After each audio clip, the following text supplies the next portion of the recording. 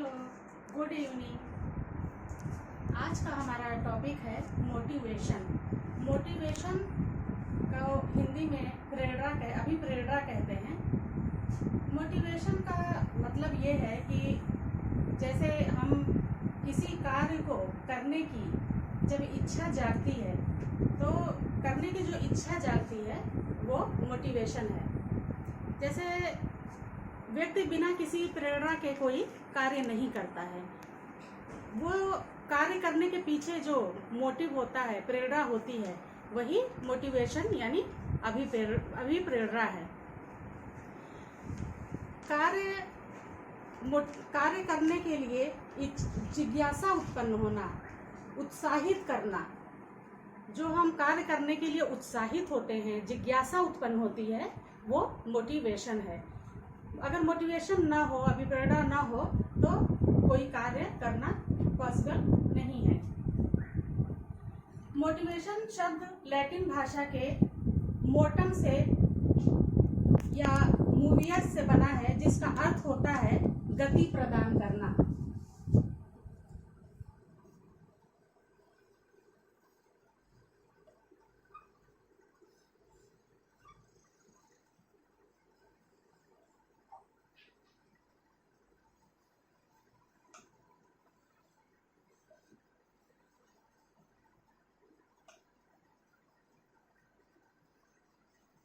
ये है मोटम मूवियर्स। इसका अर्थ होता है, ये लैटिन भाषा का शब्द है, इसका अर्थ होता है गति प्रदान करना। इससे अभिप्राय ये हुआ कि किसी कार्य को गति प्रदान करना ही मोटिवेशन है। स्किनर ने कहा है कि ये सीखने के जो हम उत्साहित होते हैं, जिज्ञासा उत्पन्न होती है, वो ही मोटिवेशन है। Super highway of learning. Skinner ने कहा कि सुपर हाईवे ऑफ लर्निंग किसी कार्य को करने के लिए उत्साहित होना। व्यक्ति के व्यवहार को संचारित व निर्देशित करने में मोटिवेशन का बहुत ही महत्व है। ये क्यों पे आधारित है। जैसे मान लीजिए कि हम खाना क्यों खाते हैं, क्योंकि भूख लगती है। या कार्य हम क्यों करते हैं, काम करने की इच्छा हमारे अंदर क्यों जागृत होती है। कुछ ना कुछ तो हमारा मोटिवेशन है, कुछ ना कुछ हमारा मोटिव है। तो कार्य जो हम करते हैं तो हमारा जो मोटिव है वो रोजगार होता है, रोजगार पाने के लिए करते हैं। प्रेरणा और अधिगम का सीधा संबंध होता है। कार्य को जारी करने, आरंभ करने, नियमित करने की जो प्रक्रिया है वही मोटिवेशन है, ऐसा वुड ने कहा है। मैकडूगल का कहना है कि वे शारीरिक व मानसिक दशाएं जो किसी कार्य को करने के लिए प्रेरित करती हैं, वही मोटिवेशन है। इस प्रकार मोटिवेशन का तात्पर्य ये हुआ कि जो कार्य करने के पीछे जिज्ञासा होती है, जो अभिप्रेरित करता है, वही मोटिवेशन या अभिप्रेरणा है। ये कई प्रकार की होती है मोटिवेशन, बहुत सारी इसकी टाइप्स हैं, क्योंकि अलग अलग मनोवैज्ञानिकों ने अपनी अलग अलग टाइप्स दी हैं। जैसे गैरेट ने बताया है कि इसकी 3 टाइप्स होती हैं।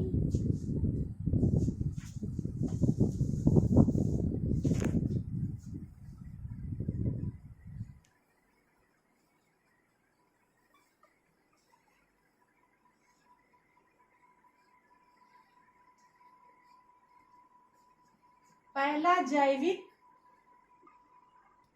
दूसरा मनोवैज्ञानिक,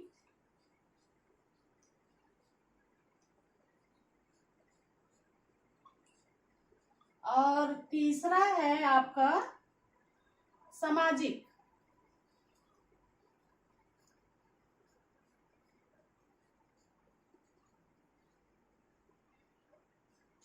ये आपका पहला जैविक, दूसरा मनोवैज्ञानिक, तीसरा सामाजिक। जैविक मतलब इसको इंग्लिश में आप बायोजेनिक, मनोवैज्ञानिक को कह सकते हैं कि साइकोलॉजिक, और सामाजिक का हो गया सोशियोजेनिक।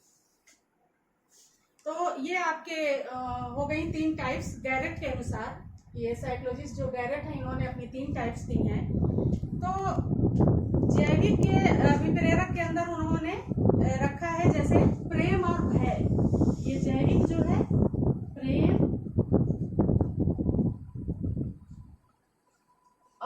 प्रेम और भय। मनोवैज्ञानिक के रखा है रचनात्मक,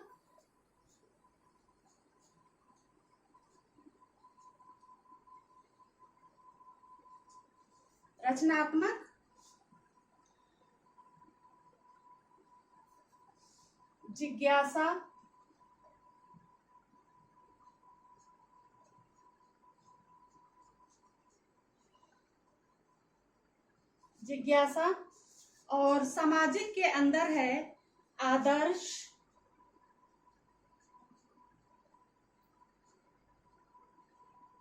प्रतिष्ठा,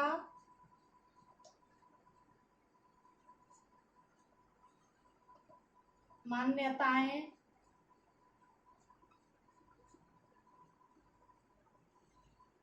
संबंध।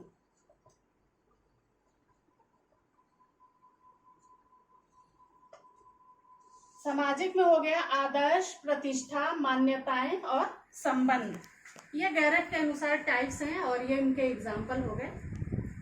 इसी प्रकार दूसरे जो मनोवैज्ञानिक है उन्होंने कहा कि मैस्लो, उन्होंने अपनी टाइप्स दी। उन्होंने कहा कि मोटिवेशन 2 प्रकार की होती है। पहला जो है वो जन्मजात है और दूसरा जो है अर्जित है।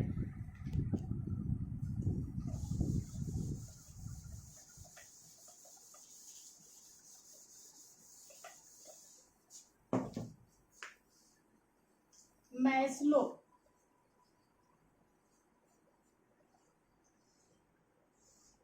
इन्होंने 2 टाइप्स दी। पहला है जन्मजात,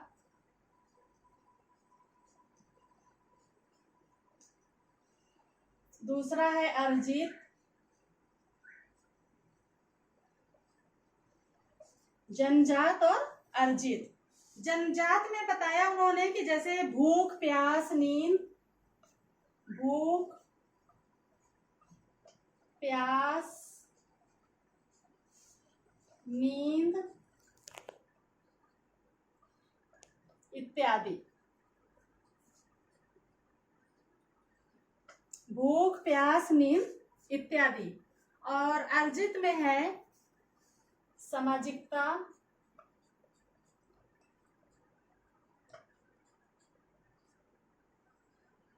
प्रतिष्ठा।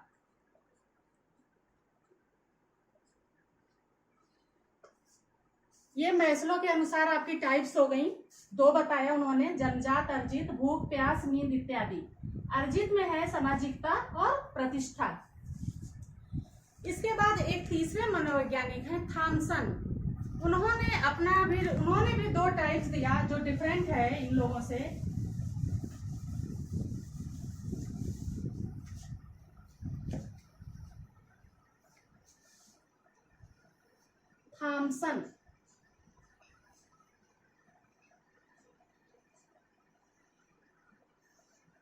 थॉमसन ने भी 2 प्रकार दिए, प्राकृतिक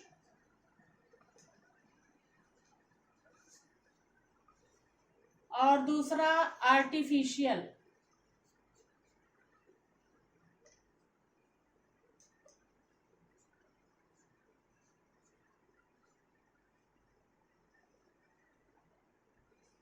प्राकृतिक को आप स्वाभाविक भी कह सकते हैं, नेचुरल, और आर्टिफिशियल का हो गया आपका कृत्रिम, है ना। तो प्राकृतिक में उन्होंने बताया कि नींद, आराम, भूख इत्यादि। और आर्टिफिशियल में पुरस्कार,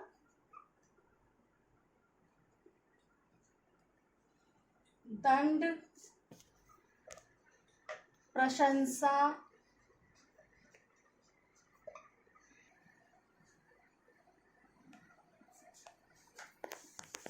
तो थॉमसन के अनुसार भी दो टाइप्स हो गई, प्राकृतिक नींद, आराम, भूख, आर्टिफिशियल में पुरस्कार, दंड, प्रशंसा और प्रतिष्ठा।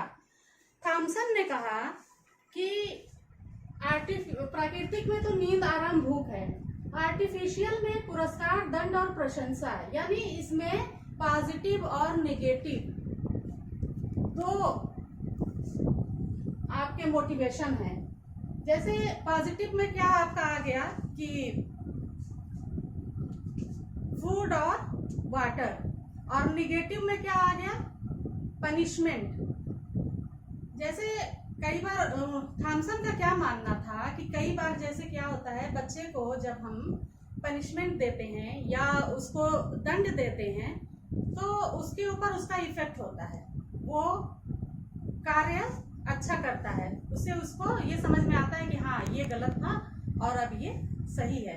तो कई बार नेगेटिव अभिप्रेरणा भी काम करती है, इंसान उससे मोटिवेट हो जाता है। जैसे पॉजिटिव में है कि हम बच्चे को पुरस्कार देंगे, उसकी प्रशंसा करेंगे, तो नेचुरली वो तो उसको काफ़ी मोटिवेशन मिलना ही है, वो तो अच्छा करेगा ही। लेकिन कई बार निगेटिव प्रेरणा भी उत्साहित करती है। जैसे किसी को हम बोलेंगे तुम ये काम नहीं कर सकते, तो उसके अंदर कई बार ऐसी जिज्ञासा आ जाती है कि ठीक है हम करके दिखाएंगे। तो ये क्या है, आपका नेगेटिव मोटिवेशन है। कभी कभी नेगेटिव मोटिवेशन भी प्रेरणा का काम करती है और इंसान अपना कार्य कर जाता है। तो उन्होंने दो बताया, प्राकृतिक और आर्टिफिशियल, और नेगेटिव और पॉजिटिव। आर्टिफिशियल के अंदर उन्होंने दो बताया। अब आपको मैं ये बताऊंगी कि मोटिवेशन को क्या क्या कारक प्रभावित करते हैं। अफेक्टिव मोटिवेशन,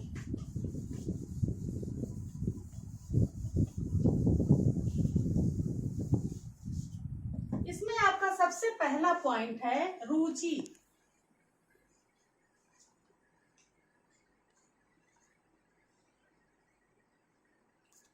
इंटरेस्ट, पहला हो गया रुचि, इंटरेस्ट। यहाँ पर आशय ये है कि जब किसी कार्य को करने में हमें इंटरेस्ट नहीं होगा तो हमें मोटिवेशन नहीं मिलेगा, हम बहुत अच्छा रिजल्ट किसी कार्य में नहीं दे सकते। हमारा अपना इंटरेस्ट होना बहुत ज़रूरी है। ये एक तरह से इंटरेस्ट जो है हमारा प्रेरक है, अभिप्रेरक हो गया, तो हमें इससे प्रेरणा मिलती है, हम मोटिवेट होते हैं तो कार्य अच्छा कर सकते हैं। दूसरा टॉपिक है, अब पॉइंट है इंटरेस्ट, दूसरा टॉपिक है आपका सक्सेस, यानी सफलता।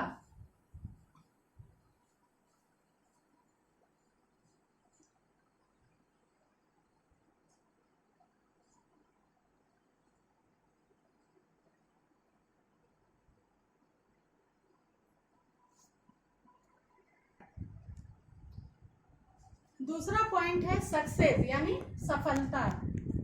अगर हम किसी काम को कर रहे हैं और उसमें हमें सफलता नहीं मिलती है, जो भी हम कार्य कर रहे हैं उसमें सफलता नहीं मिलती है, तो हमारा मनोबल डाउन होता है, मोटिवेशन नहीं मिलता। इसलिए जब हम किसी कार्य को करते हैं तो उसमें सफलता मिलना भी ज़रूरी है। सफलता एक मोटिवेशन है, जब सफलता मिलती है तो हमें और आगे कार्य करने की इच्छा जागती है। तीसरा पॉइंट है आपका, तीसरा पॉइंट है प्रतियोगिता।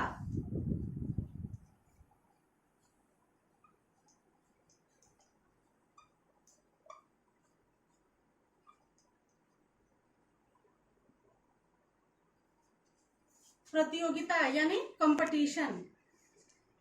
अगर किसी काम के लिए प्रतियोगिता हो, कंपटीशन हो, तो इंसान बड़े उत्साह के साथ उसको तैयारी करता है, उसके अंदर मोटिवेशन का कार्य करता है, उसको लगता है कि अच्छा से अच्छा हम करें, इस कोशिश में वो अच्छा कार्य करने की उसको प्रेरणा मिलती है। तो ये मोटिवेशन जो है वो अच्छा मिलता है। कंपटीशन होना, प्रतियोगिता होना मोटिवेशन का काम करता है। आपका चौथा पॉइंट है सामूहिक कार्य।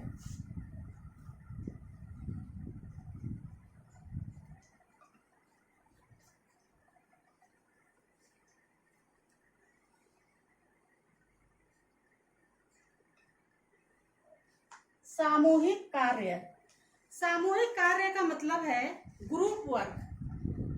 कुछ कार्य ऐसे होते हैं कि जब हम अकेले में करते हैं तो हमको उतना अच्छा नहीं लगता, वो काम अगर हम ग्रुप वर्क में करते हैं तो ज़्यादा अच्छा लगता है, हमको उससे काफ़ी मोटिवेशन मिलता है। ग्रुप वर्क जो है वो अभिप्रेरणा एक तरह से है, मोटिवेशन का काम करती है। पांचवा पॉइंट है आपका प्रशंसा।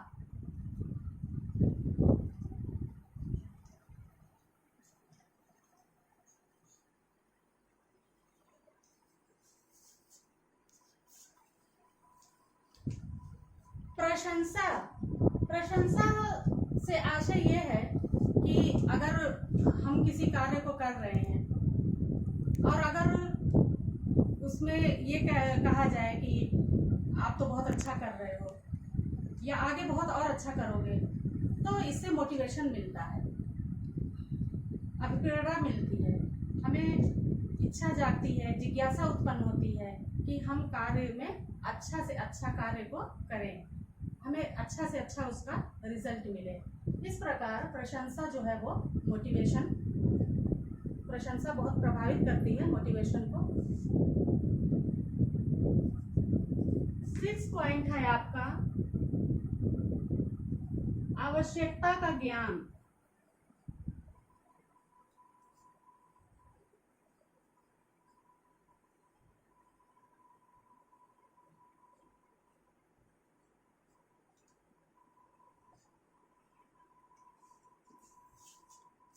आवश्यकता का ज्ञान, आवश्यकता का ज्ञान भी जो है वो मोटिवेशन को काफ़ी प्रभावित करता है और इससे जो है वो कार्य करने में बहुत अभिप्रेरणा मिलती है, क्योंकि अगर हमको उसकी आवश्यकता ही नहीं है कोई काम, जैसे मान लीजिए कि हमको मार्केट ही जाना है और ऐसे ही जाना है तो उसका कोई मतलब उतना नहीं है, लेकिन अगर हमको लगेगा कि वहाँ से जाके हमको कोई अच्छी चीज़ लेके आनी है तो हमको लगेगा कि नहीं, वहाँ जाना ज़्यादा ज़रूरी है, तो उससे क्या है कि प्रभाव पड़ेगा उसका। अगर उस आवश्यकता का ज्ञान ही नहीं है, हमको उसकी कोई आवश्यकता नहीं है, तो मोटिवेशन हमको नहीं मिलेगा। लेकिन अगर हमको उसकी आवश्यकता का ज्ञान होगा कि हाँ ये चीज़ का ये आवश्यकता है, तो फिर उसका जो है हमें अभिप्रेरणा मिलेगी।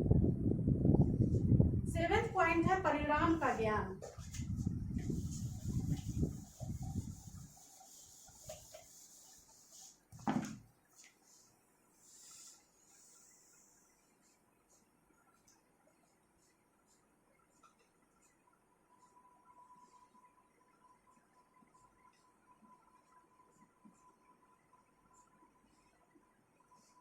परिणाम का ज्ञान, परिणाम का ज्ञान यानी रिजल्ट क्या है। जब हम कोई काम कर रहे हैं तो उसका रिजल्ट क्या होगा। अगर किसी काम को करने से उसका रिजल्ट बुरा होगा तो नेचुरली हम हतोत्साहित हो जाएंगे, हमें कोई मोटिवेशन नहीं मिलेगा। लेकिन अगर हम किसी कार्य का करेंगे, उसको संपादित करने के बाद अगर बहुत अच्छा रिजल्ट आता है, बहुत अच्छा परिणाम आता है, तो नेचुरली हम मोटिवेट होंगे या बच्चा मोटिवेट होगा या तीसरा जो कोई कार्य कर रहा है तो उसको मोटिवेशन मिलेगा अगर रिजल्ट अच्छा होगा। 8th पॉइंट है खेल विधि।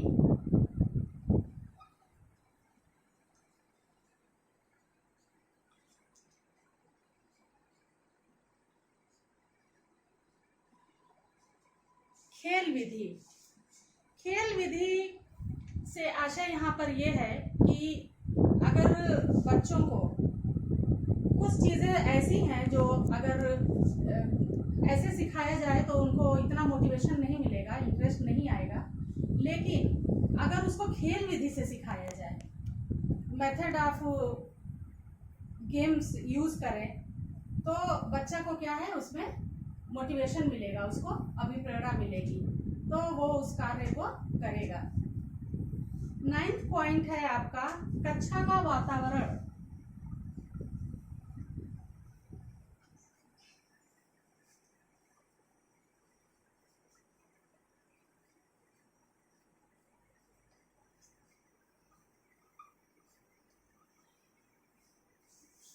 कक्षा का वातावरण, बच्चा जहाँ स्टडी कर रहा है, उसको जो चीज़ भी सीखनी है या कोई कार्य करना है, तो वहाँ का इन्वायरमेंट कैसा है, इसका काफ़ी जो है वो इफेक्ट पड़ता है, मोटिवेशन मिलती है। अगर इन्वायरमेंट अच्छा नहीं है तो किसी कार्य को करने में मोटिवेशन नहीं मिलेगा, उसको अच्छा नहीं लगेगा। लेकिन अगर इन्वायरमेंट बहुत अच्छा है क्लास का, तो फिर उसको जो है वो मोटिवेशन मिलेगा। 10 पॉइंट है आदत।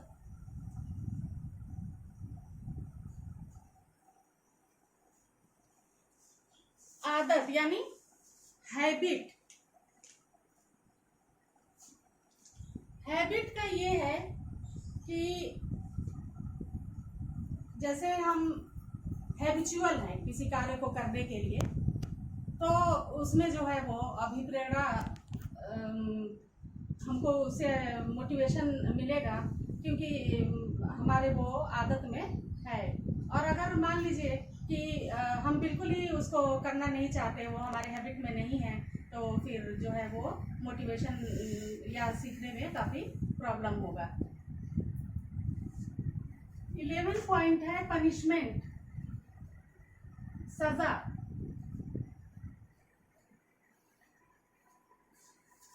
सजा यानी पनिशमेंट। अगर मान लीजिए कि जैसा कि थॉमसन ने कहा था कि जो नेगेटिव और पॉजिटिव जो है वो दो होते हैं टाइप्स मोटिवेशन के, तो उन्होंने जो है वो नेगेटिव के अंदर पनिशमेंट को बताया। पनिशमेंट यानी कई बार बच्चे को सज़ा देने से भी, पनिशमेंट देने से भी बच्चा को मोटिवेशन मिलता है। उसको नेक्स्ट बार ये रहता है कि नहीं, हमको इस कार्य को अच्छा करना है, नहीं तो फिर से पनिशमेंट मिलेगा। या फिर कई बार उसके अंदर ये इच्छा जागती है, जैसे कोई कुछ उसको पनिशमेंट दिया जाए और कहा जाए कि तुम नहीं कर सकते, तो कई बार नेगेटिव मोटिवेशन भी बच्चे को कार्य को आगे करने में काफ़ी अभिप्रेरणा प्रदान करती है। ये आपकी जो है वो 11 जो इफेक्टिव मोटिवेशन हो गए, जो मोटिवेशन को काफ़ी प्रभावित करते हैं। तो ये जो मोटिवेशन है आपका बहुत ही इम्पोर्टेंट टॉपिक है साइकोलॉजी का। तो आज का हमारा ये टॉपिक यहीं समाप्त होता है और नेक्स्ट टॉपिक पे हम आपको फिर मिलेंगे। थैंक